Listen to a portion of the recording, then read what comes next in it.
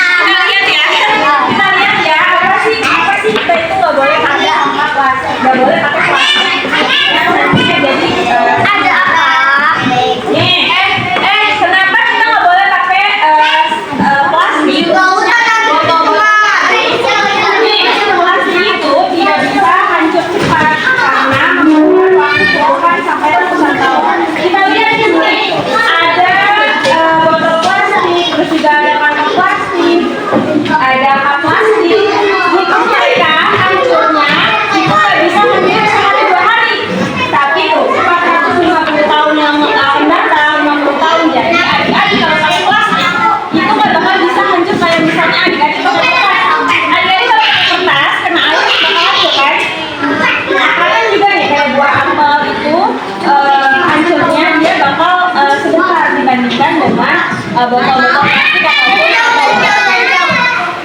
lanjut. Apa sih dampaknya kalau kita pakai plastik? Ya betul. Iya, lautan itu akan tercemar. Adik-adik suka pantai? Suka. Seharusnya kan pantai itu indah ya. Pantai itu bagus. Tapi kalau misalnya adik-adik masih pakai botol plastik, masih pakai kantong plastik, itu bisa mencemarkan lautan. Ya, jadi banyak sampahnya.